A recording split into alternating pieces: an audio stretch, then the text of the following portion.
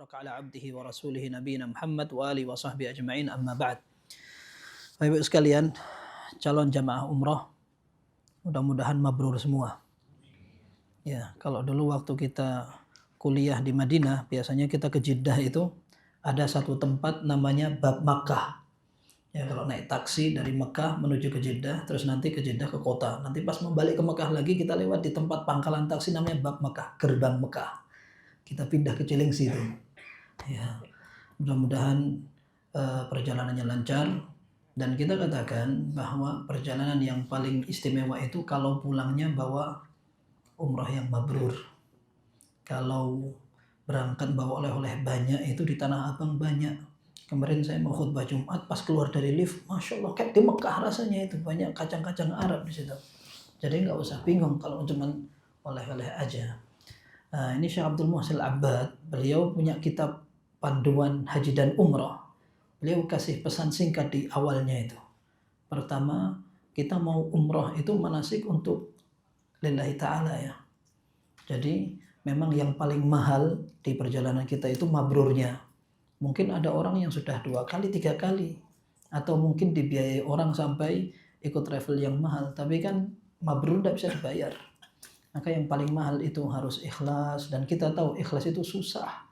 Jadi kalau mau ikhlas, kita sih nggak, setiap anak sampaikan ke jamaah umrah, kita bilang nggak ada yang mengharamkan foto untuk mengabadikan tempat.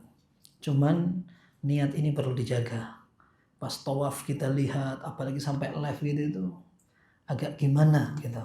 Kita kalau mau ikhlas aja susah banget, apalagi pakai live tambah susah gitu ya. Jadi ya kita ingatkan. Kalau dulu nggak perlu diingatkan karena belum ada. Sekarang bahkan ada orang nyangka kalau lagi tawaf kemudian live, orang yang mau minta doa itu kalau di depan Ka'bah langsung live gitu kayak pahalanya lebih besar. Enggak, kita bilang. Sama aja. Orang mau berdoa dari rumah, dari sini, dari mana. Kalau yang kita teleponin itu betul-betul depan Ka'bah juga nggak ada bedanya.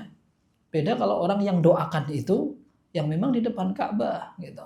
Tapi yang jelas kita katakan ikhlas itu yang paling penting. Yang kedua usahakan sesuai sunnah meskipun tidak banyak kerjaannya.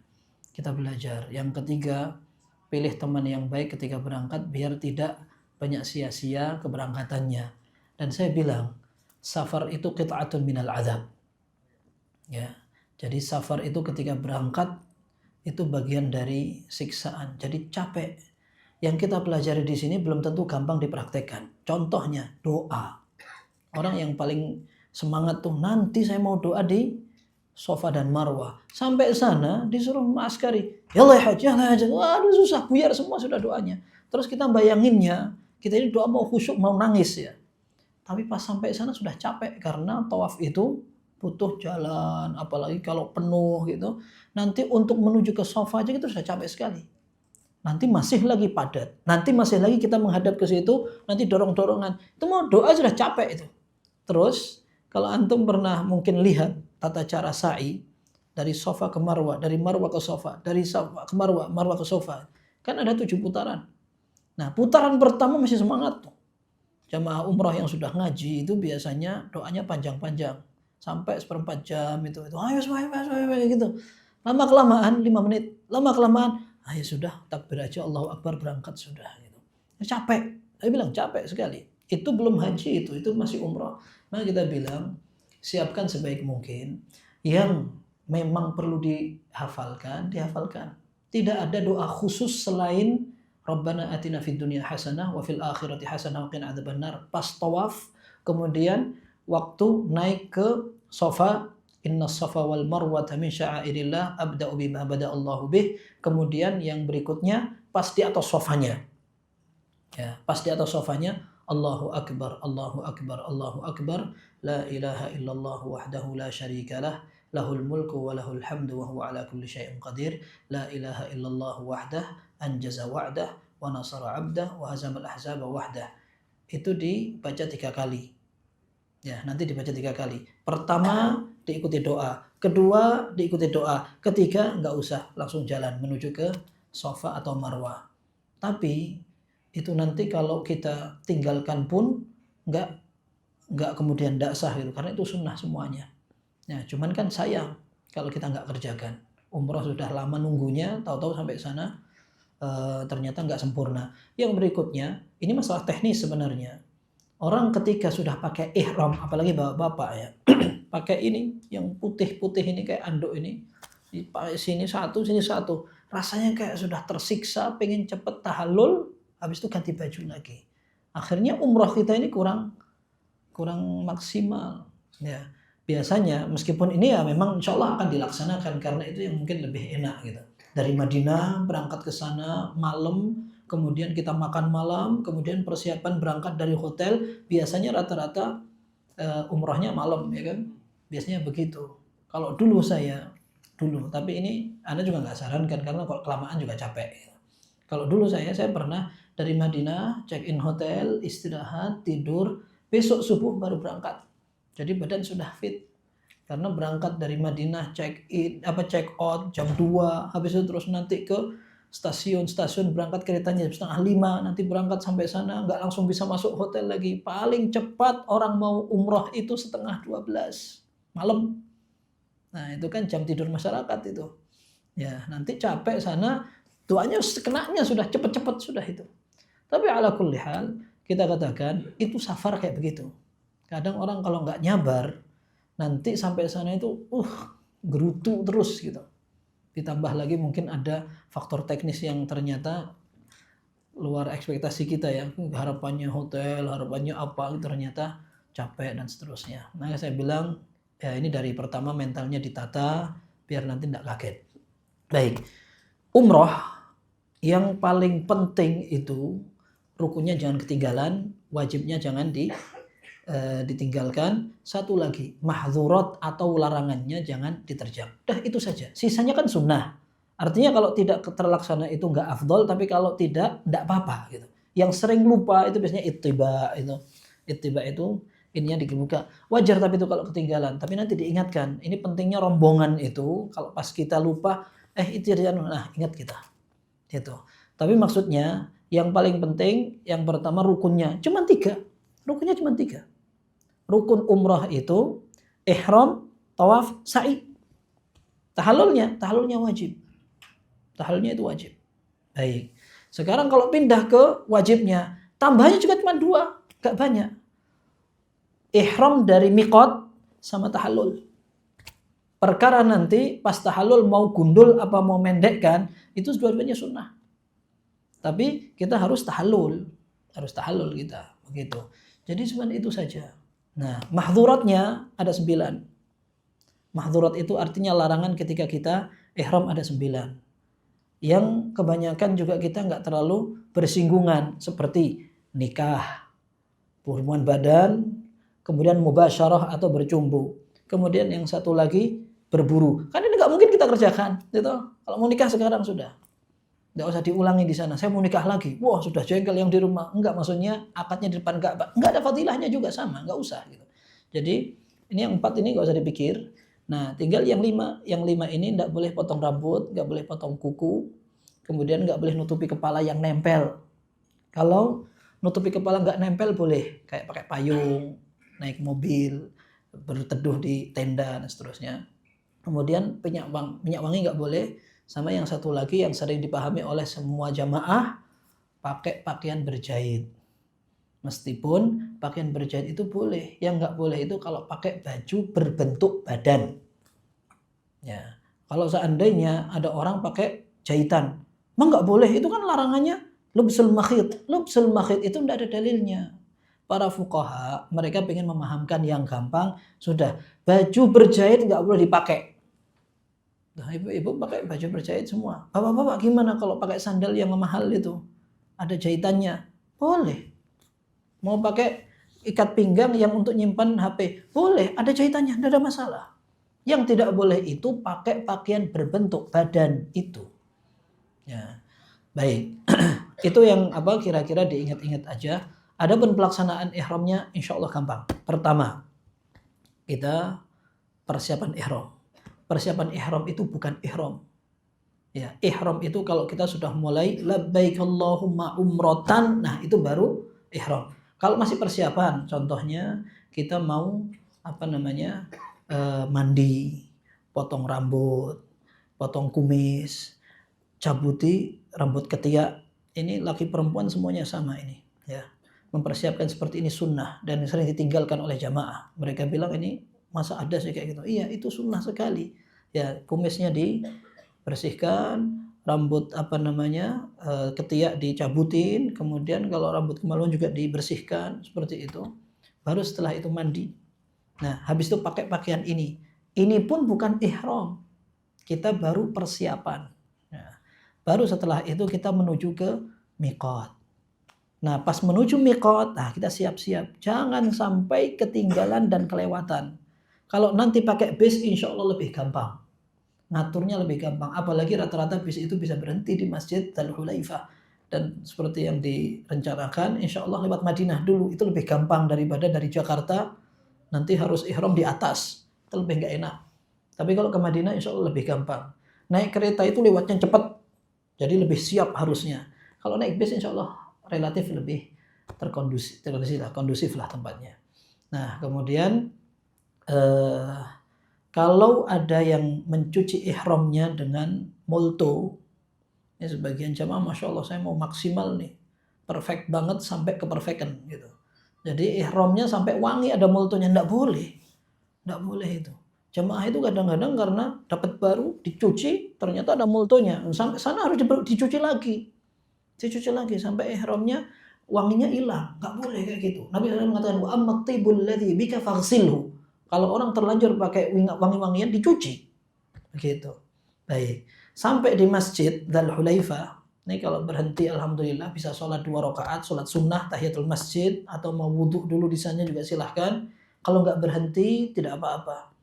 Biasanya kalau mau cepat itu bis cuman berhenti sebentar, kelihatan di arah kanan gini ada masjid di bawah itu. Masjid Al-Hulaifah sekarang dikenal dengan Abyar Ali. Nah, itu kita bisa bertalbiyah dan pakai ihram. Maksudnya pakai ihram bukan pakai bajunya tapi mulai berihram. Lafadznya labbaik Allahumma umratan. Sudah, itu saja. Labbaik Allahumma umratan. Kalau kita niat untuk orang lain, maka ditambahi an siapa? Labbaik Allahumma umratan an ummi misalkan. Atau mau disebutkan namanya, boleh. An siapa? Kalau seandainya nggak ingat namanya, karena umrahnya umrah badal dan nggak ngerti siapa yang nitip gitu, nggak apa-apa, dibayangkan cukup. Kata para ulama, yang penting kita niat itu untuk siapa, bukan untuk kita, gitu, selesai. Gitu. Kemudian ada namanya istirat. Istirat itu kita minta pengecualian kepada Allah. Kalau la qadarallah ada apa-apa di jalan. La qadarallah itu artinya kan mudah-mudahan enggak ya. Kita misalkan ternyata di jalan ada kecelakaan atau sakit atau datang bulan atau apa, maka kita akan bayar dam itu kalau seandainya nggak bisa melaksanakan seterusnya. Biar nanti kita tahallul tanpa ada dam dan semacamnya, kita bilang fa in habasani habis famahilli haitsu habastani. Kalau seandainya nanti di jalan ternyata ada apa-apa, maka aku langsung tahallul tanpa ada konsekuensi apapun. Itu fungsinya untuk istirat. Dulu sahabiyah Duba'ah radhiyallahu anha sakit. Kata Nabi SAW, enggak apa-apa, berangkat aja, tapi nanti istirat. Istiratnya bilang begitu. Fa in habasani habis fa mahilli haitsu habastani. La qadarullah, kecelakaan. Orang kalau kecelakaan, dia mau tahallul, bayar dam dia. Dan nanti ketika dia mudah, dia harus mengulang lagi ihramnya. Tapi kalau orang sudah tahallul sudah. Kalau seandainya sudah istirahat dari awal, sudah nggak ada hubungan apa-apa lagi, sudah tahallul secara otomatis. Begitu. Baik. Kita sudah berdoa itu, langsung kita sudah masuk dalam kondisi ihram. Bapak dan ibu semuanya sama dalam kondisi ihram. Baik, satu lagi ketinggalan tadi untuk ibu-ibu ketika berihram tidak boleh menggunakan cadar. Nabi SAW menyatakan wala tantaqibul mar'atul muhrimah. Tidak boleh seorang wanita ketika berihram menggunakan cadar. Itu sebagian orang bilang, no, berarti itu cadar nggak apa-apa di zaman Nabi SAW nggak pakai cadar. Kita katakan justru hadis ini menunjukkan perempuan dulu bercadar. Makanya Nabi SAW perlu mengatakan, nanti pas ihram jangan cadaran ya. Karena kebanyakan orang bercadar. Baik, gimana solusinya? Orang yang sudah biasa bercadar, lalu dia akan buka mukanya, tidak enak sekali. Nah, ada solusinya dalam riwayat Aisyah radhiyallahu anha. Jadi dia bikin kain dari atas, dicantolin aja di kepalanya pakai peniti atau pakai apa, nanti dilabuhkan aja ke sini. Jadi mukanya ini ketutup semuanya. Kalau cadar itu kan kayak ninja, yang kebuka untuk matanya aja. Di sininya tutup, di sininya tutup. Tapi kalau ini kan dibuka nanti yang ketutup cuman dari kepala sampai bawah begini, kayak ditutupin aja. Nah, itu tidak apa-apa. Aisyah radhiyallahu anha mengatakan, kunna ma'a Rasulillah sallallahu alaihi wasallam yamurru binar rukban wa nahnu muhrimat. Dulu kami pernah berihram bersama Nabi SAW, kita semua berihram, kita dilewatin oleh rombongan orang, laki-laki apa semuanya yang lewatin. Fa idza hadhu binar rukban sadalat ihdana jilbabaha min ra'siha ala wajhiha. Kalau nanti pas kita papasan dengan rombongan orang itu, maka sebagian kami, maksudnya ini Aisyah, akan menggunakan kain ditutup dari atas kepala sampai muka. Nah, ketutup ini. Fa idza jawazuna kashafna. Kalau mereka sudah jauh, kita buka lagi. Seperti itu. Nah, sekarang kita katakan prakteknya hampir nggak bisa. Orang-orang jauh terus kita bisa bebas gitu. Kita akan selama itu dari awal sampai akhir kita akan deket sama orang semua. Nah, kalau misalkan kita mau pakai itu terus dari awal nggak apa-apa. Nggak apa-apa. Begitu. Baik. Nah, setelah kita masuk ke ihram, maka dianjurkan, disunnahkan untuk memperbanyak talbiyah. Labbaik Allahumma labbaik, labbaik la syarika laka labbaik, innal hamda wan ni'mata laka wal mulk la syarika lak. Itu semuanya sama Bapak Ibu. Cuman untuk yang bapak-bapak ada syariat mengeraskan suara. Mengeraskan suara. Dan suara ini khusus untuk bapak-bapak ditegaskan oleh Jibril. Nabi SAW mengatakan, Ja'ani Jibril fa'amarani an amur ashabi an yarfa'u aswatahum bil talbiyah. Aku disuruh Jibril untuk merintahkan para sahabatku mengeraskan suara. Jadi itu sunnah. Nah, sebagian orang itu pemalu ya. Kayak orang Indonesia ini. Kalau sudah naik bis-bisnya senyap gitu, tidur. Gak apa-apa sih kalau ketiduran karena capek ya. Kereta sama, enggak tidur tapi enggak talbiyah. Eman kayak ini. Atau ada yang sibuk baca Quran. Salah kita katakan. Itu baca Quran fadilahnya benar, besar. Kemudian dibanding zikir, memang besaran baca Quran. Kecuali di beberapa tempat. Tempat yang seperti ini khususnya talbiyah. Kalau kita baca Quran, jadi mafdul. Ya, jadi tidak afdol. Seperti orang ruku. Ruku nggak boleh baca Quran. Diperintahkannya baca Subhana Rabbiyal Azim. Meskipun secara umum Quran lebih afdol.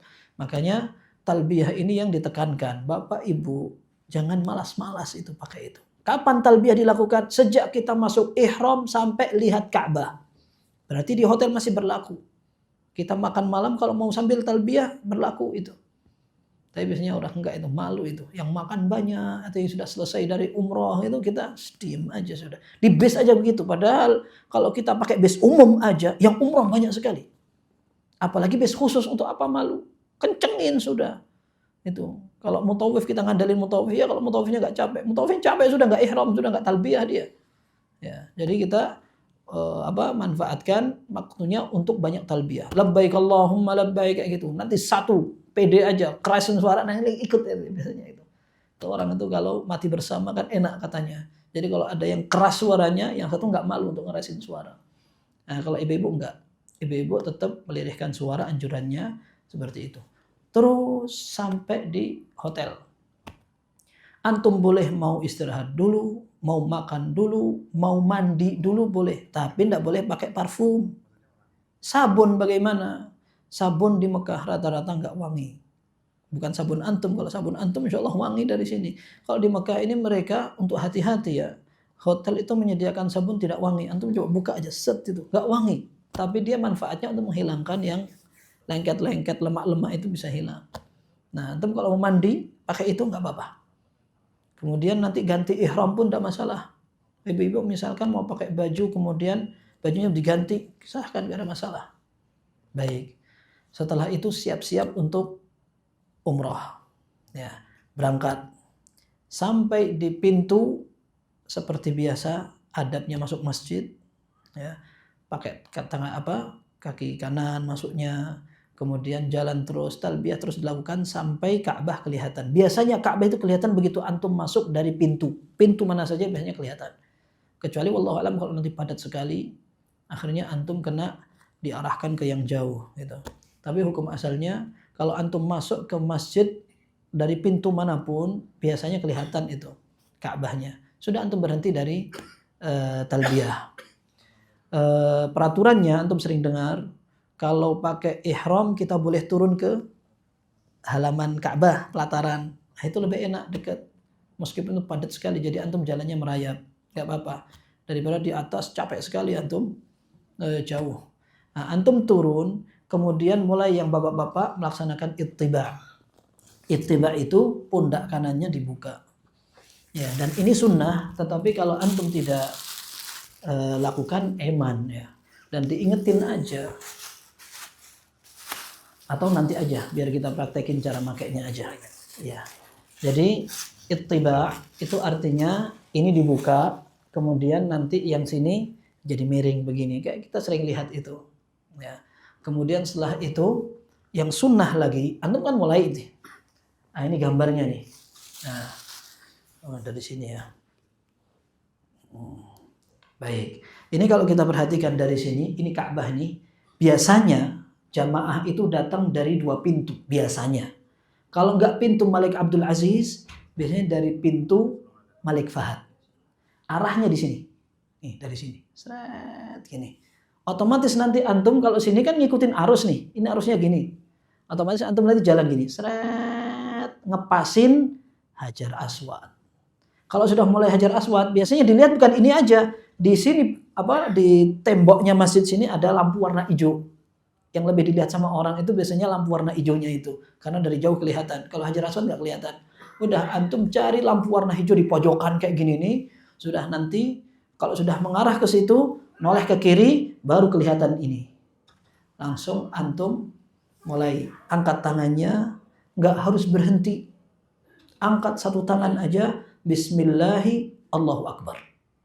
Tidak harus menghadap begini, tidak harus tangan 2, tidak harus baca doa yang lain.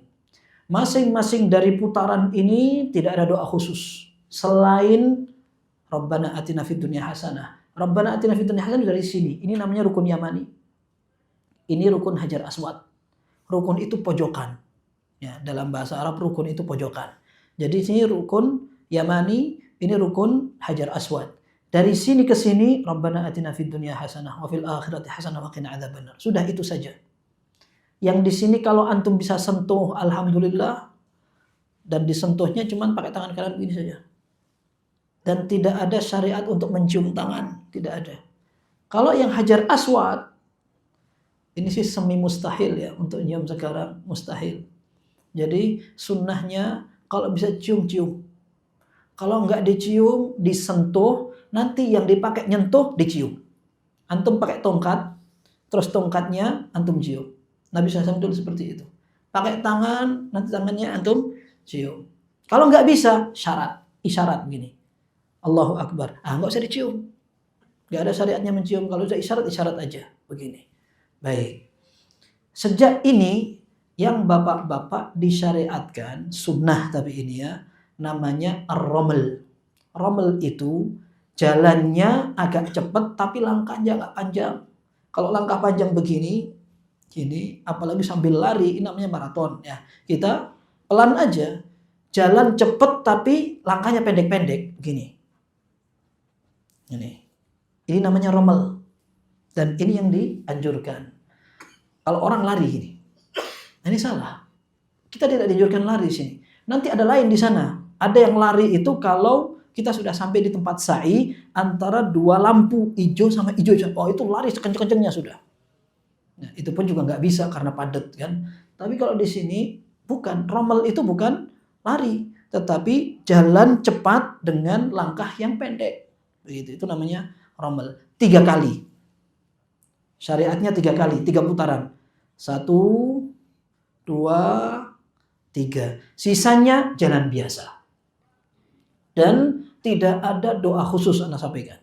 Tidak ada doa khusus di sini selain dari rukun Yamani ke rukun Hajar Aswad. Ini saja yang Rabbana atina fid dunya hasanah wa fil akhirati hasanah wa qina adzabannar. Adapun dari sini ke sini sini, maka ini antum mau baca Quran, mau doa, mau zikir bebas. Antum mau doa silahkan doa di sini, enggak ada masalah. Dari awal sudah. Dan doa itu kalau antum hafalkan biasanya lebih mantep, lebih khusyuk daripada baca. Meskipun baca boleh, tapi kan nggak seru kan, baca ngantuk, capek gitu. Terus sebagian orang baca pakai bahasa Indonesia, boleh. Doa pakai bahasa Indonesia boleh. Doa dititipin temen, pesenin, nggak apa-apa. Tapi doa yang dianjurkan para ulama kalau bisa menggunakan doa yang ma'thur, yang ada contohnya, itu lebih afdol karena dia bisa lebih mencakup. Kita ini kalau doa, ya Allah mudah-mudahan pekerjaannya nanti lancar, hasilnya banyak, anaknya juga cepet awal kayak baju gitu. Itu nanti kalau ada yang nggak inget, oh iya ini belum anak panjatin. Tapi kalau kita doa dengan yang ma'thur itu mencakup semuanya. Baik, jadi ini muternya sampai 7 kali. Ini namanya Hijr Ismail. Hijr Ismail itu dulu satu bangunan sama Ka'bah. Nah, artinya apa? Kalau kita tawafnya lewat sini nggak sah. Kita harus betul-betul di luar sini. Tapi rata-rata ditutup. Rata-rata ditutup. Ini di sini ada makam Ibrahim, ketutupan sama. Oh ini makam Ibrahim ini. Makam Ibrahim itu tempat berdiri, bukan apa namanya? Bukan kuburan ya. Kita jalan sini mau lewat di sininya atau di sininya nggak ada bedanya. Nggak ada bedanya. Tapi yang beda kalau ini Hijr Ismail ini, kalau kita masuk ke sini nggak sah tawafnya. Kita harus di luarnya begini. Ini sudah muter sampai 7 kali. Selesai 7 kali, sunnahnya adalah sholat 2 rakaat di makam Ibrahim. Ini dia makam Ibrahim. Kalau dulu bisa di belakang sini. Dulu ini. Sekarang nggak pernah bisa. Bahkan di belakang sini nanti akan ada tempat yang dikhususkan untuk orang sholat. Itu pun susahnya na'udzubillah. Susahnya na'udzubillah. Biasanya kita cari tempat di sini. Nah, ini kita di sini. Jadi ini biarkan aja jalan. Kalau sudah sampai yang ke-7, setiap putaran, ya, setiap putaran ini kan putaran pertama kan bilang Bismillah Allahu Akbar. Nanti kita muter, yang kedua kita angkat tangan Allahu Akbar aja. Allahu Akbar, jalan. Nanti putaran ketiga Allahu Akbar. Putaran keempat Allahu Akbar. Terus seperti itu. Putaran ke-7 selesai tawaf, enggak usah.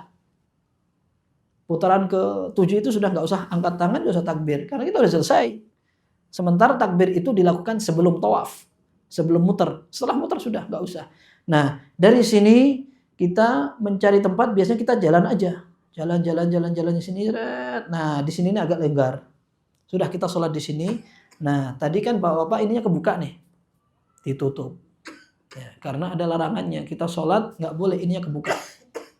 Ya, jadi ini dicopot, kemudian ditutup lagi. Begini, sholat 2 rakaat. Rakaat pertama, Qul ya ayyuhal kafirun. Rakaat kedua, Qul huwallahu ahad. Ya, ini bukan tempat mustajab doa. Tapi kalau ada orang mau doa silahkan. Tapi kalau mau panjang-panjang doa bukan di situ tempatnya. Nanti tempatnya di tempat sa'i. Selesai dari sini, ini kan kita sholat di sini nih. Nah, tempat sa'inya di sini nih. Kalau ini Ka'bahnya, maka tempat sa'inya di sini. Nanti kita akan menuju ke sini. Nah, kita menuju ke sini. Nah, di sini nih banyak drum-drum zam-zam. Galon-galon zam-zam gede itu. Antum kalau minum zam-zam sunnah di situ. Cuman khawatirnya kebelat ke hamam, ya, pengen ke kamar mandi itu. Itu repot, ya. Ya minum secukupnya aja. Ya, setengah gelas, 1 gelas. Udah, baru kita siap-siap menuju ke tempat sa'i. Baik. Mana gambarnya yang ada sa'inya? Ini Ka'bahnya di sini nih. Ka'bahnya di sini. Nah, nanti kita setelah minum zam-zam itu kita ke arah sini. Nah, biasanya kalau sudah datang ke sini, ini ditutup nih biasanya. Kita harus ke arah sini. Ikut, baru naik ke sini. Tek, masuk. Biasanya kita nggak langsung sa'i. Kita menuju ke sini dulu. Jalan. Nah, di sini. Nah, dari jalan ke sini ini, biasanya di sini nih kayak naik gitu jalannya. Kalau kita di lantai dasar. Kalau kita di lantai 2, maka jalannya lurus. Lantai 3 lurus. Tapi tetap syariat untuk mengucapkan innas safa wal marwata min sya'airillah abda'u bima bada Allahu bihi. Udah itu saja. Enggak usah dibaca sampai akhir ayat. Karena memang yang ada dalam Sunan Nasa'i, dalam Sahih Muslim itu cuma sampai innas safa wal marwata min sya'airillah abda'u bima bada Allahu bihi. Nah, ini jalan, waktu jalan nih. Naik ke sini. Nah, ini sekarang gambarnya ini kayak gini nih. Ini gambarnya. Di kerangkeng, dikasih kaca, jadi orang sudah nggak bisa naik ke sini. Dulu kita bisa naik di sini. Kita naik dan nggak ada fadilahnya. Naik sampai atas di sini nggak ada fadilahnya. Ya, jadi yang penting itu di sini kita berdoa. Nah, maka kita cari tempat aja di sekitaran sini nih. Ini tempat ini di pojok yang kita gambar di sini ini di sini. Jadi kita datang dari arah sini, kemudian nah di sini ini biasanya kita susah untuk nyari tempat full. Nah, kalau rombongan antum bisa, mendingan antum merangsek pelan-pelan ke arah sini. Nah, di sini. Nanti antum lihat Ka'bah. Kelihatan sekali Ka'bahnya. Kalau antum bisa lihat Ka'bah itu yang afdal. Kalau seandainya nggak bisa, ya sudah dikira-kira arahnya di mana. Nanti yang di sini, oh ini sofa. Oh, salah dari tadi. Kira ini apa ya? Karena ini sofa. Ya, tapi nggak ada bedanya sebenarnya. Ya, ini sofa, ini marwah. Berarti dari arah sini. Ini Ka'bah dari sini, muter ke sini. Nah, habis itu terus naik ini kan, naik. Naik di sini kita berdoa. Innas safa wal marwata min sya'airillah abda'u bima bada Allah bi. Kemudian antum usahakan cari tempat ke kanan gini. Nah, di sini. Nanti Ka'bahnya lihat ke sini. Nah, kalau kita lihat dari arah sini ke sini Ka'bah kelihatan. Ini di sini nih ke arah kanan sana. Ke arah kanan sana nanti kita bisa lihat Ka'bah. Kalau sudah kelihatan Ka'bah, kita hadap, kemudian kita angkat tangannya. Nah, kita berdoa yang tadi. Allahu Akbar, Allahu Akbar, Allahu Akbar. La ilaha illallah wahdahu la syarikalah, lahul mulku wa lahul hamdu wa huwa ala kulli syai'in qadir. La ilaha illallah wahdah, anjaza wa'dah wa nasara 'abdah wa hazamal ahzaba wahdah. Itu diingat-ingat. Nah, yang pertama diikuti doa. Yang kedua diikuti doa. Yang ketiga enggak. Ya. Sudah. Dari sini sudah kita menuju ke arah Marwah. Ini yang anak tadi sebutkan. Ini ada lampu warna hijau. Ya, di sini sama di sini. Itu nanti warnanya itu kayak gini nih nyambung tapi. Sret gini hijau. Kemudian yang di sana juga batasnya juga warna hijau gini. Nah, antara ini ke sana ada banyak warna hijau. Di situ tuh dianjurkan untuk lari.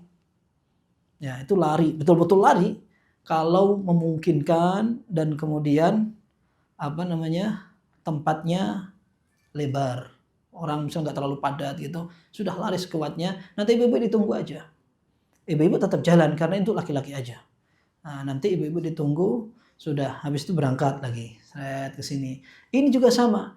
Antar putaran ini tidak ada doa khusus. Antum mau baca Quran, mau zikir, mau doa apa saja silahkan. Nah, justru yang panjang doanya itu di sini. Di sini sama di sini. Ini yang Anda bilang tadi, pertama masih semangat-semangat, lama-kelamaan sudah kayak gini sudah capek sekali. Nanti toleh-tolehan tuh. Yang pertama nolehnya itu karena sungkan, jangan-jangan Anda yang kelamaan. Lama-kelamaan nolehnya itu ini teman Anda sudah pada selesai belum gitu. Ya, ini nanti menuju ke Marwah, nanti tempatnya yang di lantai dasar naik lagi. Naik ke atas. Nah, itu nggak usah baca innas safa lagi. Jadi innas safa itu betul-betul hanya untuk waktu berangkat sekali doang. Ya. Kalau yang kedua ini sudah nggak usah baca itu lagi. Naik sampai puncak. Sampai puncak nanti cari tempat yang enak. Kalau nggak di sini, di sini. Ya. Biasanya sih sini ada tentara-tentara sudah. Antum bilang, ya Allah haji, ya Allah haji. Wah, itu antum nggak bisa khusyuk. Ya. Antum enakan agak masuk ke depan sini, sudah antum berdoa di pojokan sini. Antum berdoa di pojokan. Tadi yang pertama diulangi lagi. Allahu Akbar, Allahu Akbar, Allahu Akbar. La ilaha illallah wahdahu la syarikalah. Lahul mulku wa lahul hamdu wa huwa ala kulli syai'in qadir. La ilaha illallah wahdah. Anjaza wa'dah wa nasara 'abdah wa hazamal ahzaba wahdah. Yang pertama diikuti doa, yang kedua diikuti doa, yang ketiga enggak usah, langsung berangkat. Sudah. Nah, di sini ini antum enggak bisa kelihatan Ka'bah. Ka'bahnya jauh banget, Ka'bahnya di sini. Ini sudah bangunan, antum nggak bakal kelihatan. Di sini ini akan tembok tinggi banget. Dimanapun antum lantai 2, lantai 1, lantai dasar, antum nggak kelihatan. Maka dilihat kira-kira perkiraan arahnya di sana. Sudah, antum doa itu. Antum doa, kalau antum punya rangkaian rancangan doa, antum punya doa misalkan 40 lafaz, misalkan. Antum sudah siapkan lebih enak di yang pertama sini antum bagi-bagi. Kalau enggak capek sekali. Orang kan biasanya di awal semangat banget, lama-kelamaan udah males sudah. Yang tadi aja sudah kelupaan, yang belum ana doain apa gitu, capek. Makanya kalau bisa di awal misalkan antum secukupnya aja. Nanti sampai sini doa yang belum kayak gitu. Tapi ya itu teknis aja, bebas. Ya. Nah, ini kenapa sampai dihitung kayak begini? Karena sebagian orang nyangkanya putaran itu bolak-balik. Ya, ini kan sofa mulainya 1, 2, 3, 4 kayak gini. Ini jadi 14 putaran nanti. Itu ada orang yang punya keyakinan kayak begitu. Nggak bener. Ya, yang bener itu dari sini ke sini 1, dari marwah ke sofa 2, dari sofa ke marwah 3. Yang keempatnya dari marwah ke sini kayak gini. Jadi ini 1, 3, 5, 7 di sini. Ini 2, 4, 6. Sehingga nanti yang ketujuh itu berakhir di sini. Berakhir di sini antum tahallul. Nah, sudah selesai. Gampang sudah. Dan subhanallah ya, namanya orang capek. Kadang antum berangkat mau umroh itu salipan sama orang yang pulang umroh. Enak yang sudah selesai ya gitu. Cuma nanti antum lihat kayak begitu. Ya padahal kan kita lagi mau umrohnya. Dia sudah berdoa, nah belum. Ana mau berdoa nih gitu kan. Ya, ini di sini ada pintunya. Di sini ada pintunya. Antum bisa keluar dari sini. Nanti putar ke sini. Hotel antum biasanya di sini nih. Ya. Atau antum muter lagi sini. Muter, nanti antum masuk ke sini, keluarnya biar lewat pintu yang masuk tadi, bebas aja gitu. Baik, tahallul. Untuk bapak-bapak, Nabi SAW menyatakan Allahumma arhamil muhalliqin. Allahumma arhamil muhalliqin. Ya Allah, rahmati orang-orang yang gundul. Didoain sampai 3 kali. Karena para sahabat nawar nih. Kalau yang mendekin gimana? Nabi SAW nggak perhatikan. Nabi SAW berdoa lagi. Ya Allah yang gundul rahmati. Kalau yang mendekin gimana? Doain lagi. Baru yang ketiga Nabi SAW mengatakan wal muqassirin. Jadi kalau mau pendekin rambut tanggung banget. Kita sudah jauh-jauh ke sana. Nggak dapat gundul, nggak dapat rahmat dari doa Nabi SAW. Jadi mending gundul. Ya, aman insya Allah. Ya, jadi masuk kerja gundul-gundul. Wah, kelihatan orang sudah paham sekali di sana bakal banyak orang saulin banyak di sana. Ya, orang udah gundul-gundul tuh banyak sekali di sana. Dulu kita waktu awal itu mau gundul kayak gimana gitu. Ustaz Firanda dulu bilang, antum gak usah malu, antum lihat gundul-gundul banyak sekali nanti gitu. Malah dulu saya ingat saya pernah bimbing jemaah umroh. Ada santri SMP gitu. Dia suruh gundul bingung gitu. Gundul enggak. Akhirnya dia bilang, anak enggak gundul. Selesai dia nggak gundul, ternyata semua rombongan gundul sampai anak kecil yang ikut gundul semua. Mama, saya boleh nggak gundul? Ya sekarang kalau mau gundul boleh, tapi udah hilang itu keistimewaannya sudah hilang karena ini gundulnya sudah bukan yang itu lagi. Baik, untuk bapak ibu-ibu keluar nanti cari tempat cukur. Untuk ibu-ibu nggak harus karena tahallulnya ibu-ibu itu cuman 1 unmulah. 1 unmulah itu 1 ruas jari. Jadi rambutnya itu dari bawah itu dikumpulin begini, kemudian paling bawah nanti diukur segini, dipotong. Di sini tadi di tempat marwah bakal bilang makas, ayo mau cukur gitu. Itu ibu-ibu banyak yang udah potong tahallul di situ biar kalau keluar biar dia sudah tahallul. Ya ini kan kita katakan rambut ini kan aurat ya. Jadi di hotel pun gak ada masalah. Di hotel aja nanti sampai hotel sudah entah suaminya, entah teman-temannya potong 1 ruas jari, potong sendiri. Ya, nggak usah ke salon, nggak usah minta orang yang mau sewa-sewain gunting, itu nggak usah. Ke hotel aja nanti seperti itu. Selesai. Gampang kan? Ya, ini yang menjadi catatannya. Oh iya, terakhir. Ini cara menggunakan kain ihram. Kain ihram ini kalau ada orang yang salah nggak dosa makainya itu. Jadi ini pakainya bebas aja. Ya, mau pakai cara apa saja, yang penting tidak tersingkap auratnya. Dan orang Arab bilang, oh enak orang Indonesia nih ya, ahlus sarung wal jamaah, nggak usah bingung cara belajarnya gitu. Tapi sebenarnya kita bingung juga kan mau pakai. Orang kalau pertama mau pakai kan mikirnya gimana coba? Mikirnya kan gini kan. Gini kan. Jadi susah lagi. Tapi ini konsepnya kayak orang pakai sarung. Jadi sarung itu kan misalkan ini dijahit. Kemudian kita pakai sarung kan kayak begini toh. Ini set set. Udah konsepnya begini. Sudah jalan bebas nih. Ya ini enak aja karena dalamnya ada bajunya. Kalau nggak ada bajunya, ini lebih kacau nih kebukanya. Nah, biar nggak terlalu kebuka, ini kayak sarung begini. Ininya dimasukin sini. Ya ini dimasukin sini. Jadi nanti kayak sarungnya begini. Ini sudah kita jepitin di belakang. Sudah gini, ini. Intinya waktu kita jalan, gini. Sudah begitu. Terus nanti mau dilipatnya begini atau mau dilipatnya langsung kayak orang-orang sebagian tuh langsung banyak. Ini dianu dulu, diikat dulu pakai ikat pinggang, baru setelah itu dilepat gini, bebas aja itu. Kalau salah nggak dosa. Ya. Pokoknya ini yang jelas cara pakai ihramnya seperti itu. Kalau Anda lihat di YouTube itu ada yang makainya gaya kayak gini, gini. Terus gini, asli nih Indonesia anak santri kayak gini kan, ya sah-sah aja, semuanya nggak tauqifi kata orang fikih itu, nggak ada yang harus sesuai dalil gitu. Sudah selesai, ya ini yang atas, ya ini namanya rida selendang. Dulu para sahabat makanya ini sudah tiap harinya. Ini separuh. Di belakang gini kan. Nah, ini begini, kemudian ini biasanya nggak disamakan. Ini yang lebih pendek, karena ini yang panjang. Sudah bebas, enak. Nggak diapa-apain ini sudah. Nanti kalau mau turun mau apa gitu ya tinggal dibenerin. Enak sekali, paling enak begitu. Nanti kalau mau ittiba, pundak kanannya dibuka, tinggal ini dicopot, tangan dikeluarin. Kemudian ini dimasukin gini. Kalau mau yang agak gaya dikit, ininya dimasukin sini.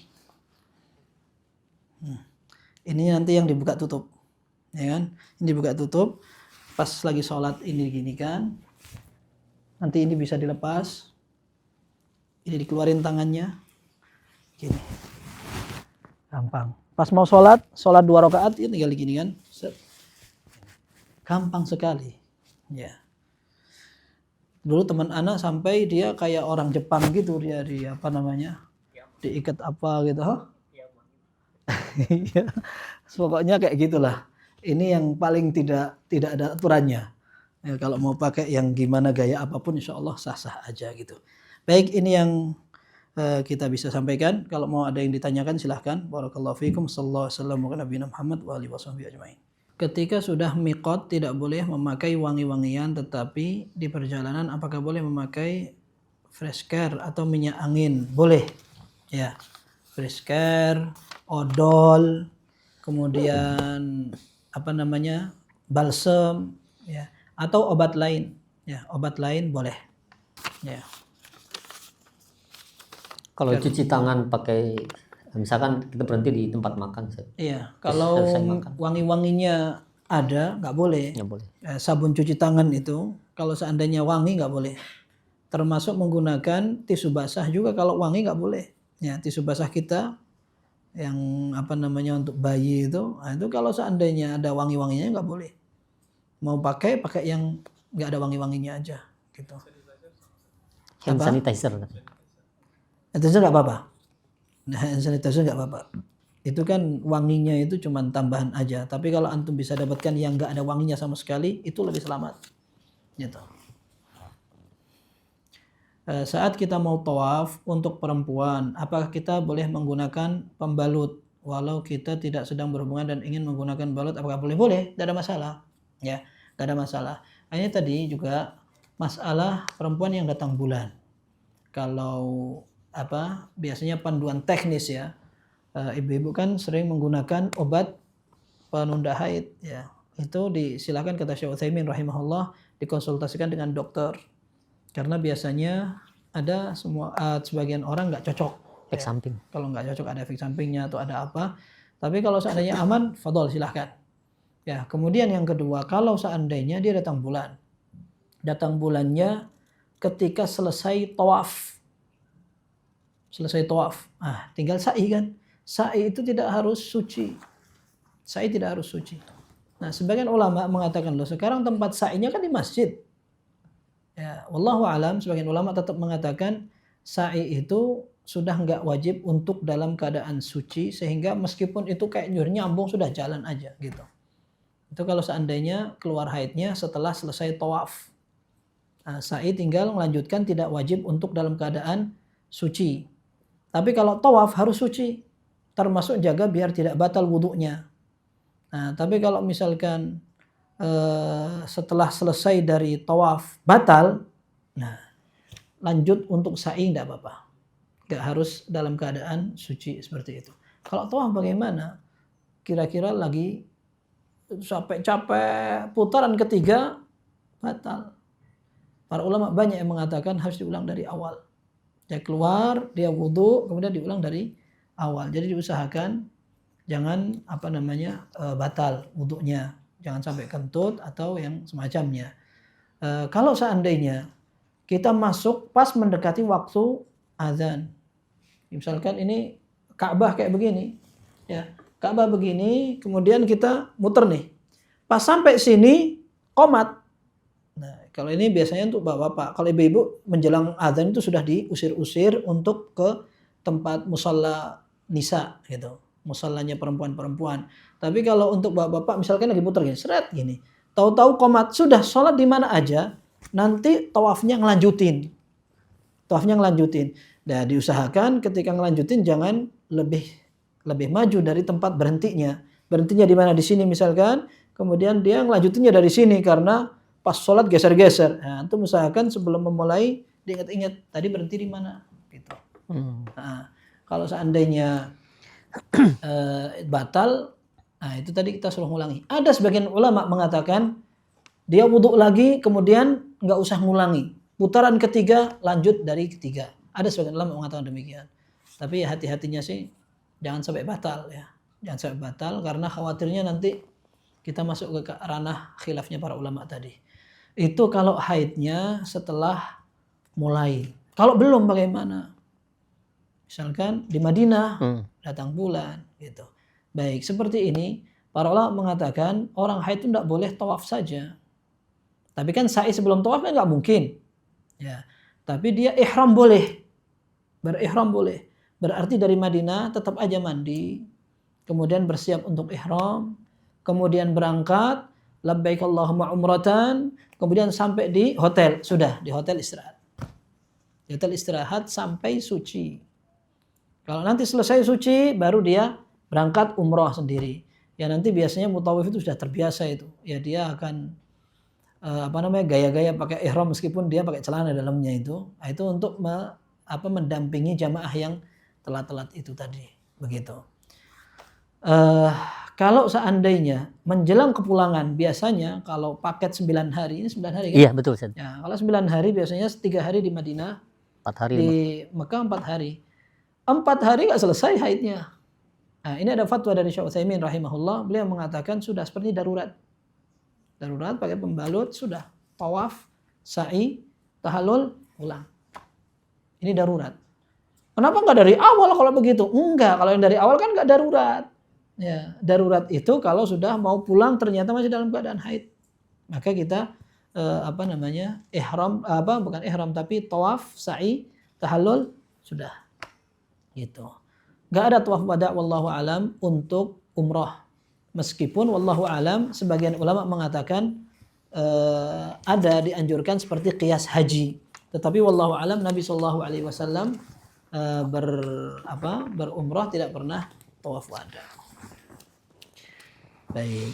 Kalau kita baca doanya menggunakan bahasa Indonesia boleh tidak apa-apa. Kalau kita nggak sengaja kentut, ya batal wudhunya. Ya. Kentut itu mau sengaja mau nggak sengaja konsekuensinya sama. Ya. Untuk anak-anak yang tidak hafal dengan doa-doanya bagaimana Ustadz? Boleh bebas mau pakai bahasa Indonesia silahkan. Ya. Untuk anak-anak bahasa Indonesia. Ya, kalau mau zikir juga kan itu semuanya sunnah. Itu semuanya sunnah.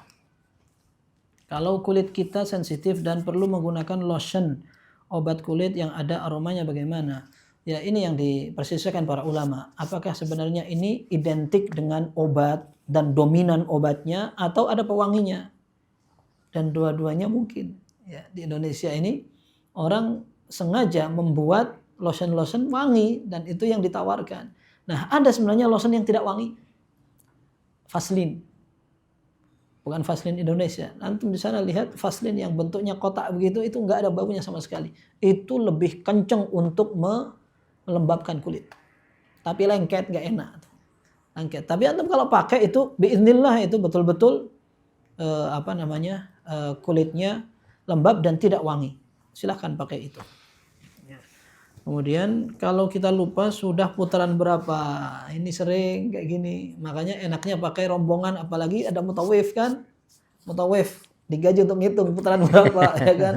Iya, kayak begitu enaknya antum ini hitung, biar sama-sama saling mengingatkan kita putaran kesekian gitu. Ya, kayak orang lagi takbir sholat id, Allahu Akbar gini, Allah gini. Kalau makmum kan nggak mikir, yang mikir kan imamnya doang gitu. Nah, seperti itu para ulama mengatakan dihitung dari yang terkecil. Dihitung dari yang terkecil. Kayak orang lagi sholat, nggak ngerti nih ketiga atau keempat. Betul-betul nggak ingat. Yang ketiga dihitung, nanti nambah lagi dia. Seperti itu. Cuman kalau tawaf nggak ada sujud sahwinya. Gitu. Apakah benar jika sholat di Masjidil Haram 1 rakaat bisa setengah juz? Apanya? Pahalanya? Bukan, pahalanya itu 100 ribu, tapi bukan setengah juz. Ya, Allah alam nggak ada dalilnya kalau setengah juz itu. Mungkin kalau maksudnya imamnya mungkin Ustaz. Oh enggak. Orang malas itu bukan di Indonesia saja. Ya, jadi di sana juga sama. Ya, jadi imam-imam itu mereka menyesuaikan orang-orang. Jadi rata-rata yang paling panjang, kalau sekarang ini yang Anda perhatikan, yang paling lama itu 2 halaman itu 1 rakaat, tapi enggak semuanya. 1 rakaat itu standarnya 1 halaman. Sudah rata-rata begitu. Jika kita nggak sengaja coret tangan atau bagian tubuh lainnya, apakah ibadah kita sah? Coret, Kalau dicoret nggak apa-apa, nggak batal, nggak ada masalah.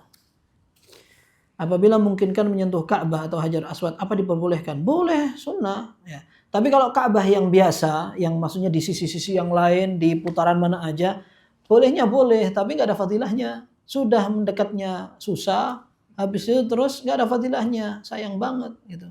Terus antum, Anda beritahu, ini kalau seandainya ini Ka'bah nih, antum semakin jauh muternya, semakin mudah jalannya. Semakin mepet di sini, nanti kalau pas ini rukun Hajar Aswad, ya Allah setengah mati itu. Setengah mati sudah ini. Kita akan arah ke sini. Ya. Kalau mendekati Ka'bah aja setengah mati, Hajar Aswad setengah mati, matilah full kan? Setengah tambah setengah. Tapi maksud antum semakin jauh dari Ka'bah itu akan semakin mudah untuk jalannya. Mending antum mudah jalan, jadi nafas juga nggak tersengal-sengal. Ya, kita ini takdir Allah pendek-pendek kan. Baunya orang itu, masya Allah di situ orang jalan kayak gitu. Nah itu kita kalau jauh itu space-nya enak untuk jalan gitu. Nanti pasti kalau sudah sampai di rukun Hajar Aswad itu macet. Orang sebagian berkeyakinan, Anda harus berhenti gini langsung menghadap ke Ka'bahnya gini. Allah, enggak harus kayak gitu. Tapi orang nggak paham. Gitu. Jadi kalau nyentuh Ka'bah, ya kita katakan jangan diyakini sunnah kalau selain yang rukun Yamani dan Hajar Aswad. Gitu. Doa atau bacaan di Bukit Safa dan Marwah dibaca di setiap putaran kah? Iya. Ya, tadi kita sebutkan itu. Setiap putaran kita baca. Cuman yang pertama yang inna safa wal marwata enggak. Ya, cuman yang la ilaha illallah sampai akhir. Apakah boleh menggunakan tas tenteng? Boleh. Tas tenteng, tas ransel, tas apa. Cuman kalau ransel kegedean enggak boleh sampai penjaganya. Tapi kalau hukumnya boleh. Hukumnya boleh. Alat tahallul apakah boleh bawa alat cukur sendiri dan motong sendiri? Boleh, enggak ada masalah. Ya. Boleh. Mau bawa Pak juga nggak apa-apa. Kalau bawa cukur kayak gini, ngirit banget sih, ini cuma 20 real doang. Capek antum. 10 real, Ustaz. Kalau barang-barang 10 real. Iya, barangkali. Siapa tahu kalau dari jamaah Roja, wah fuqara masakin gratis saja. Nggak, artinya nggak, ya boleh-boleh aja, cuman antum capek gitu. Mending aja mereka set bersih gitu. Bersih.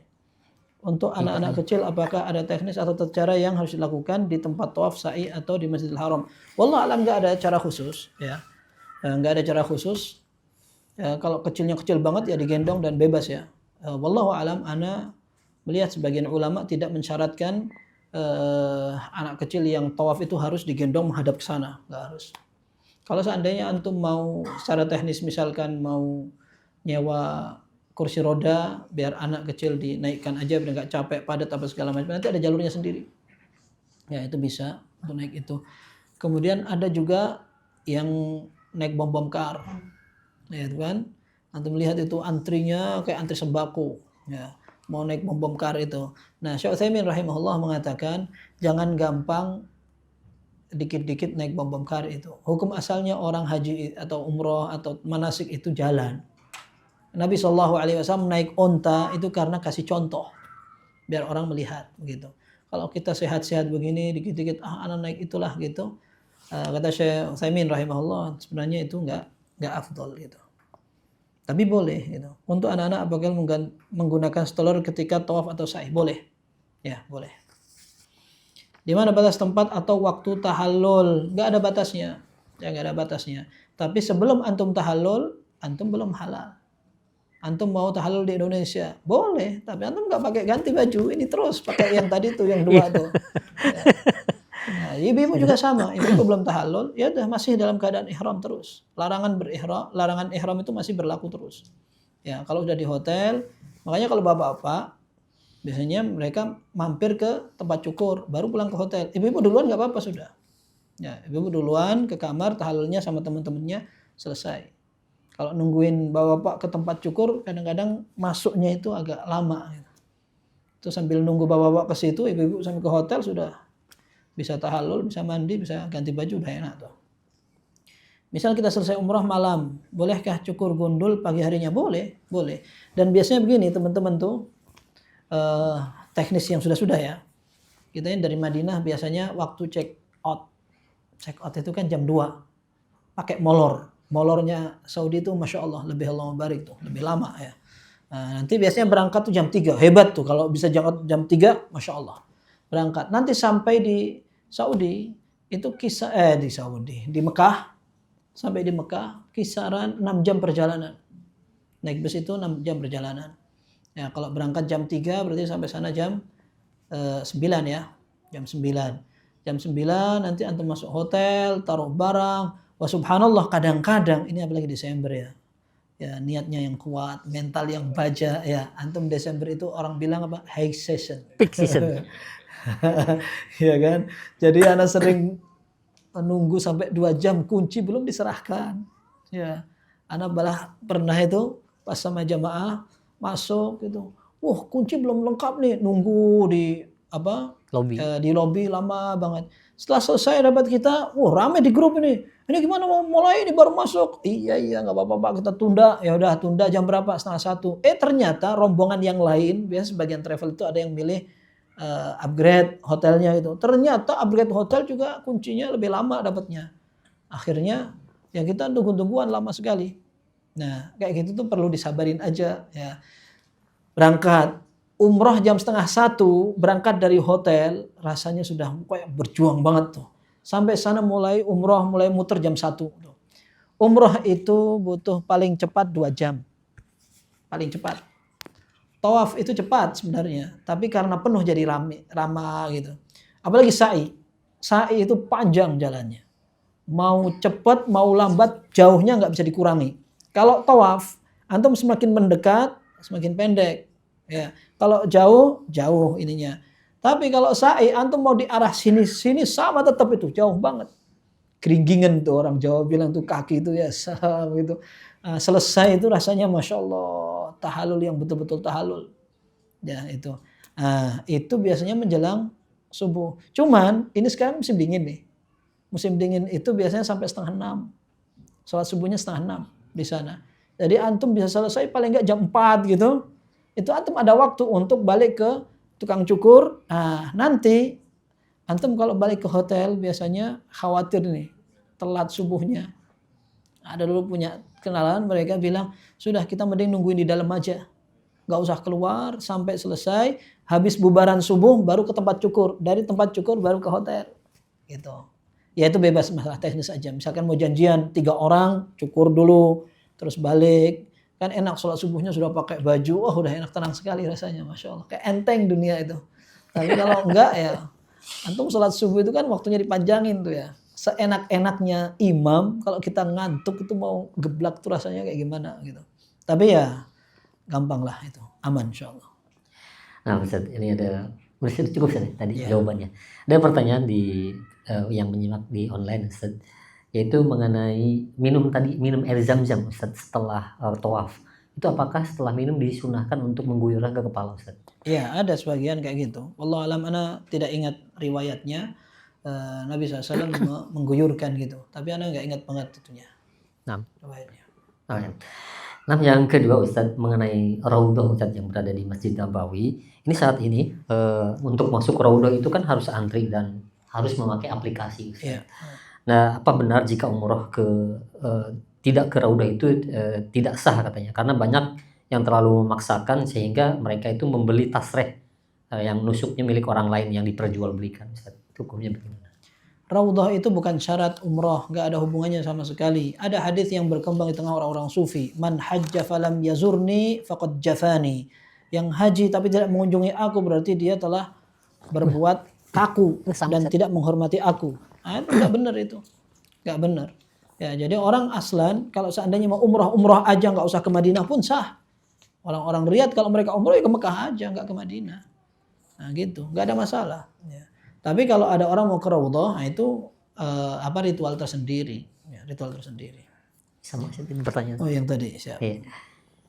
Iya, ini ada pertanyaan lagi Ustaz di online yang ya Ustaz, misal selesai tawaf sebelum sa'i mau buang air kecil Ustaz, apakah selesai wudhu langsung lanjut sa'i saja atau wudhu dulu? Maksudnya selesai tawaf? Bebas. Kalau seandainya dia mau sa'i tanpa wudhu sah. Tapi kalau mau wudhu lebih afdol karena dia mau berdoa, ya kan? Kalau mau berdoa dalam keadaan wudhu lebih afdol. Jadi kalau sudah sampai ke kamar mandi ngapain tidak sekalian wudhu kan? Tinggal wudhu sekalian aja. Nah, jika ingin tawaf sunnah Ustaz, apakah kita diperbolehkan untuk memakai ihram supaya bisa dapat di Nggak mataf? usah. Antum ketika tawaf sunnah pakai baju itu lebih enak. Bahkan kalau antum tawaf sunnah pakai sepatu, zen banget. Ya. Nggak usah pakai merek Skechers nggak apa-apa. Pakai yang untuk main futsal itu enak sekali. Artinya di beberapa jam antum lihat banyak orang tawaf itu pakai sepatu, nggak apa-apa. Ya, nggak apa-apa. Antum nggak boleh turun ke bawah, tapi antum bisa di pelataran lantai dasar atau lantai 2 pun bisa, nggak ada masalah. Biasanya itu yang ada kalau di daerah Ajiat atau perhotelan yang nanti agak naik ke atas gini, gini. Itu begitu naik ke atas, itu orang udah tawaf biasa di situ. Nah, semakin merapat dengan waktu sholat, semakin berat dan susah. Nanti akan ditutup-tutup juga. Nah, idealnya, antum kalau mau tawaf keluar dari hotel jam 9 pagi. Itu Masya Allah itu. Enak sekali. Itu orang-orang asli Saudi tidur. Jamaah-jamaah itu yang tersisa situ, yang sisa-sisa malam. Yang pagi belum datang. Kan karena belum check out kan yang dari Madinah. Tuh, enak sekali itu. Itu antum kalau mau tawaf jam-jam 9 itu zen banget. Pakai sepatu, pakai baju, doanya bisa lebih bebas. Ya, 7 kali doang, nggak ada sa'inya. Enak sekali itu. Ya, nanti ada sholat 2 rakaatnya. Ada sholat 2 rakaat gitu. Ya, antum usahakanlah 4 hari ini ada tawaf sunnahnya paling nggak berapa kali kan enak gitu. Alhamdulillah. Ada pertanyaan langsung mungkin? Silakan. Dikasih mic-nya. Masih ada waktu gitu ya sampai 10 menit lagi ya. Silakan. Assalamualaikum. Assalamualaikum warahmatullahi Laundry gimana Ustaz? Untuk laundry nanti. Oh laundry, banyak laundry. Antum bisa lewat mutawif, kalaupun mau langsung juga bisa. Tapi bisa lewat mutawif. Ya. Apanya? Katanya mahal laundry. Ya otomatis, real sama rupiah. Kita sebagai ahlur rupiah wal jamaah, kita ngerti duit kita ini lemah ya.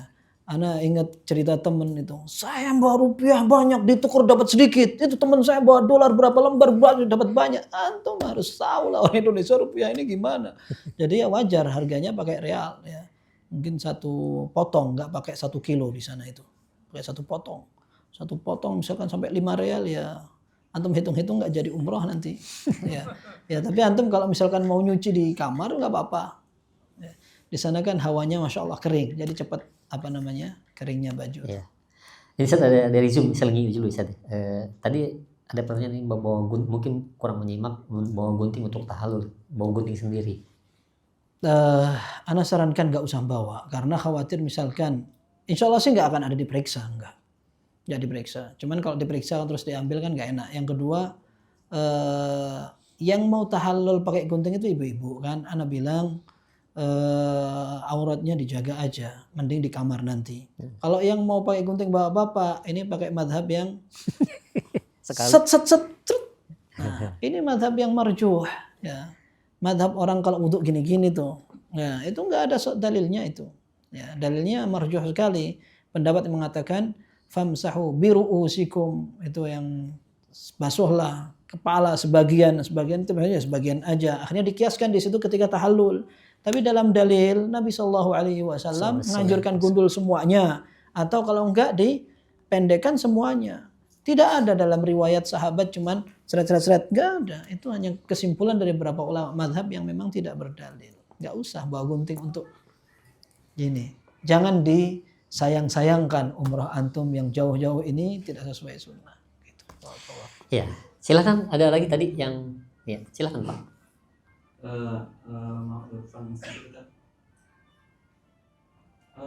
Tadi kan ada yang tawaf sunnah saja. Itu apa bedanya dengan yang tawaf wajib selain pakaiannya? Itu terus kemudian yang kedua untuk itu kalau misalnya dia untuk mengendalikan masa haidnya itu minum obat itu seperti apa hukumnya? Kemudian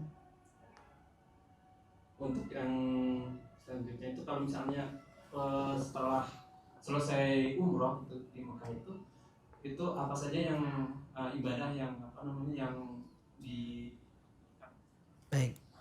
Yang dianjurkan iya. Ya. Baik, yang pertama yang dibedakan antara tawaf sunnah dan tawaf fardu ya, tadi yang bilang kayak umroh ya. Nah, kita sebelum tahallul harus pakai pakaian ihram. Itu kalau wajib. Kalau enggak, kita bebas. Bebasnya apa? Ya sudah terserah antum mau pakai baju apa, mau pakai sepatu, mau pakai songkok, mau pakai minyak wangi, bebas antum. Atau mau gandengan sama istri enggak apa-apa. Ya. Kalau pas ihram juga enggak apa-apa. Cuman maksudnya kalau yang kayak gitu itu dihindarin kan. Kalau ini bebas aja gitu. Bebas. Nah, kemudian yang kedua untuk hukum menggunakan obat bebas. Hal mubah, kata Syekh Utsaimin mubah. Tapi catatannya perlu dikondisikan, konsultasikan juga dengan dokter apakah ini tidak mengganggu kesehatan. Nah, seperti itu. Nah, kemudian yang ketiga, amal apa yang paling istimewa? Tawaf.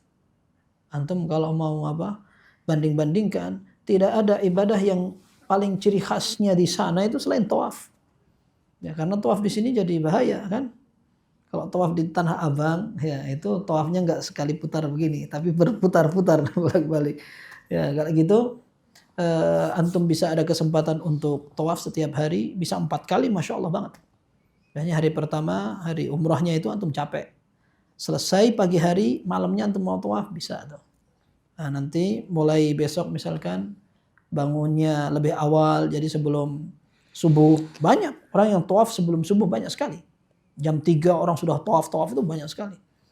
Apalagi kalau sekarang kan 5:30 itunya, subuhnya banyak sekali. Cukup ya. Ya, silakan tadi ada satu lagi Bapak. Pertanyaan silakan.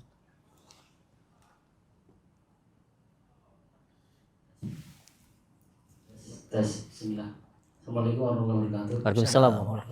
Kaitannya dengan pertanyaan Nabi, amalan setelah umroh ya, setelah tawaf wajib pertama, apakah dimungkinkan dan diperbolehkan mengingat waktu dan biaya umroh yang yang mahal gitu kan. Kita mengambil umroh kedua untuk mengumrohkan orang tuanya atau maknya gitu kan. Satu. Yang kedua, ada kalanya kan kita berpikir kalau tawaf sunnah di lantai 2, 3 jauh ya Tat ya. Sehingga mengambil ijtihad sendiri pakai pakaian ihram terus Iya. Tukar.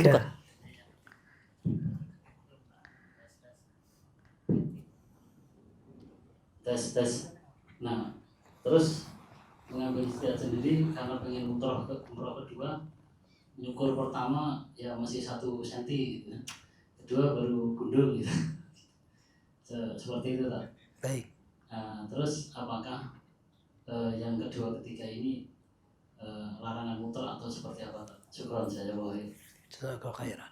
Baik, yang pertama, apakah disyariatkan untuk mengulang-ulang umroh? Jawabannya tergantung umrohnya bagaimana. Kalau umrohnya dari miqat, maka boleh untuk diulangi. Miqatnya mana? Miqat itu ditentukan ada 4. Yang pertama Dzul Hulaifah, yang sekarang untuk penduduk Madinah. Yang kedua Al-Juhfah, itu untuk penduduk Syam di daerah Jeddah, bukan Jeddahnya tapi sebelum Jeddah, arah Rabiq. Kemudian yang ketiga Qarnal Manazil, sekarang dari arah Riyadh kalau orang-orang yang dari arah timur. Yang keempat Yalamlam. Yalamlam itu Yaman dan yang di belakangnya seperti kita di Indonesia. Nah, kalau kita dari Jakarta, kemudian kita mau Mekah dulu, maka kita pakai itu. Nah, kalau umroh yang kita ulang-ulang itu dari miqat semua dan diulang, aman. Contohnya, antum ikut travel yang dari Indonesia sudah ihram. Nah, kemudian sampai di Jeddah antum sudah ihram nih. Tawaf, sa'i, tahallul, tinggal 4 hari di Mekah. Kemudian antum balik ke Madinah, berangkat ke Madinah. Pas mau dari Madinah, mau berangkat lewat bandara Jeddah, mampir Mekah. Nah, mampir Mekah itu kan melewati miqatnya Dzul Hulaifah yang Madinah. Antum ihram, umroh, baru nyusul ke bandara Jeddah. Aman, nggak apa-apa seperti itu. Tapi kalau yang dimaksud adalah keluar dari Mekah ke Tan'im, Tan'im itu bukan miqat, tapi itu tanah halal terdekat. Apa asal mulanya kenapa terjadi orang-orang seperti itu? Aisyah radhiyallahu anha cemburu dengan istri yang lain. Ketika Nabi SAW berangkat haji, istri-istrinya pada tamattu'. Tamattu' itu artinya mereka disuruh umrah dulu. Setelah umrah selesai rangkaiannya, tahallul mereka. Baru berangkat haji ke Arafah, apa segala macam. Aisyah haid. Aisyah haid nggak bisa umrah karena dia harus tawaf kan. Sementara haid nggak bisa. Akhirnya kata Nabi SAW, sudah kamu bolehnya melakukan semua ritual haji selain tawaf. Akhirnya berangkatlah Aisyah ke Arafah langsung tanpa umrah. Ketika tanpa umrah hajinya jadi qiran. Akhirnya protes nih Aisyah bolak-balik dongkol. Protes, ya Rasul semua orang pulang bawa umrah dan haji. Aku cuman bawa haji doang gitu. Loh kan sudah qiran. Itu sudah cukup. Enggak masa semua orang kayak begini gitu. Akhirnya Nabi SAW mengatakan ya sudah deh. Kalau mau umrah. Maka yang umrah cuma Aisyah aja. Aisyah mau umrah ditemenin sama Abdurrahman bin Abi Bakar. Wah tidak ada yang umrah satupun. Abdurrahman yang nemenin gak umrah. Sahabat yang 10.000 untuk haji wada. Gak ada satupun yang umrah lagi sama sekali. Maka para ulama bilang kalau seandainya itu baik dan boleh dan benar. Maka masa sahabat yang paling semangat beribadah mereka gak ada satupun. Aisyah doang. Apakah itu khususnya? Kekhususan itu Aisyah? Wallahu a'lam. Maka Abdurrahman pun tidak berihram, nemenin tok, selesai. Kata Syekhul Islam Ibnu Taimiyah rahimahullah, yang kondisinya mirip sama Aisyah, kalau mau melakukan ritual Aisyah, fadhol. Datang hajian, kemudian haid, kemudian dia qiran, pas habis hajian mau haji, silahkan. Mau umroh, silahkan. Nah, kalau sekarang loh, itu buktinya di sana banyak taksi-taksi. Taksi itu nggak perhatian sama fatwa. Yang penting ada orang bayar diantar. Jadi mereka diantar ke Tan'im, nanti berangkat ke sana, begitu. Otomatis itu menjadi catatan. Sebagian orang mengatakan, kasihan jamaah sudah pada nabung sampai sini jauh-jauh, masa balik cuma untuk satu itu. Kita katakan ibadah itu ya bukan hanya sekedar menggunakan perasaan ya, tapi ya nggak apa-apa. Semua uang yang kita kasihkan insya Allah Allah jadikan keberkahan dan akan menjadi sebab mudah-mudahan ini bukan terakhir kali berangkat. Gitu.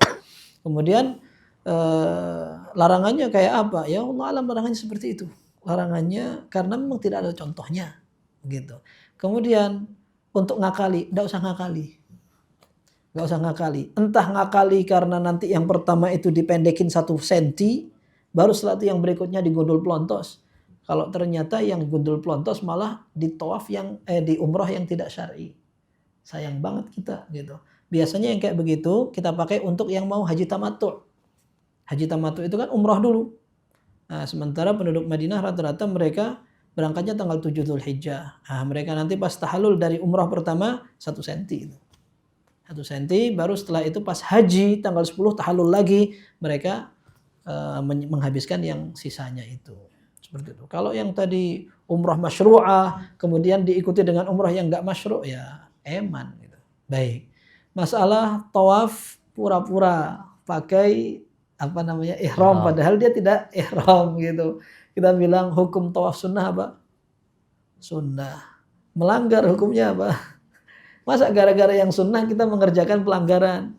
Gitu. Jadi kira-kira tawaf kita ini dapat pahala seberapa kalau kita sambil melanggar peraturan? Peraturan itu dipakai untuk menertibkan dan kemaslahatan semua. Kita nggak ridho. Kita yang capek datang dari Indonesia, datang dari Madinah, masih dalam keadaan ihram beneran. Tahu-tahu ada orang-orang yang pura-pura kayak gitu. Didesel-desel lagi kitanya kayak gini. Kita kan jengkelnya karena kita sebagai korban kan. Nah, nanti setelah jadi korban saya mau jadi pelaku. Sama kan. Kira-kira gimana gitu. Makanya sampai para ulama bilang di raudhah pun, raudhah itu sunnah sholat di situ. Jangan sampai yang sholat sunnah itu antum lakukan dengan menzalimi orang lain. Dorong, sikat, lompatin, nah kayak gitu itu. Yang sunnah antum dapatkan alhamdulillah, tapi jangan sampai dengan modal menyakiti orang. Itu juga sama, jangan sampai sambil melanggar peraturan pemerintah. Itu kan sambil menyakiti jamaah yang lebih pondong-pondong, ada ibu-ibu juga mereka bawa gitu. Kita yang sudah ihram, kita pura-pura aja biar pengen kayak gitu. Tapi Anda bilang, enak di atas. Enak di atas. Apalagi antum kalau sudah pakai baju ini, Masya Allah. Tawafnya itu antum seger sekali. Jalan. Antum sambil zikir, berdoa, sambil nangis antum enak sekali. Kalau yang ini mau nangis gak sempet karena sudah gini-gini. Orang tuh kalau sudah capek, payah, orang mau khusyuk gak jadi. Mau doa juga hilang khusyuknya. Mau terharu gak jadi. Ngamuk dulu itu. Itu mana bilang sudah bismillah. Tawaf dari atas aja, tawaf sunnahnya. Di sini terkait mandi Ustaz, ketika nanti setelah berihram mandi, ada mandi junub ya? Iya. Apa mungkin boleh ditulis seperti apa Ustaz? Iya, mandi junub itu diistilahkan dengan mandi besar. Meskipun orangnya nggak junub nggak apa-apa. Yang intinya adalah mandi yang ritualnya lebih lengkap. Seperti kita misalnya mau Jumat. Hari Jumat kita mau berangkat, kita mandi Jumat. Mandi Jumat itu maksudnya mandi junub atau mandi besar. Karena ritualnya lebih. Pertama wudhu dulu. Setelah wudhu rambutnya ini disiram 3 kali sampai betul-betul di bawah itu di dasar-dasar rambutnya. Kemudian setelah itu disiram bagian kanan, baru bagian kiri. Nah kayak gitu. Baru setelah itu semuanya. Nah itu lebih lengkap dari mandi biasa. Langsung nggak ada niatnya. Karena ada ritualnya itu akhirnya dia lebih afdal dari sisi ada namanya ghuslul janabah, karena yang biasa kayak gitu tuh orang junub. Tapi kalau Kak junub kita kayak gitu juga nggak apa-apa. Gitu. Alhamdulillah, insyaallah. Terima kasih banyak Ustaz, nasihat yang sangat bermanfaat sekali, masyaallah. Barakallahu fiik, jazakallahu khair.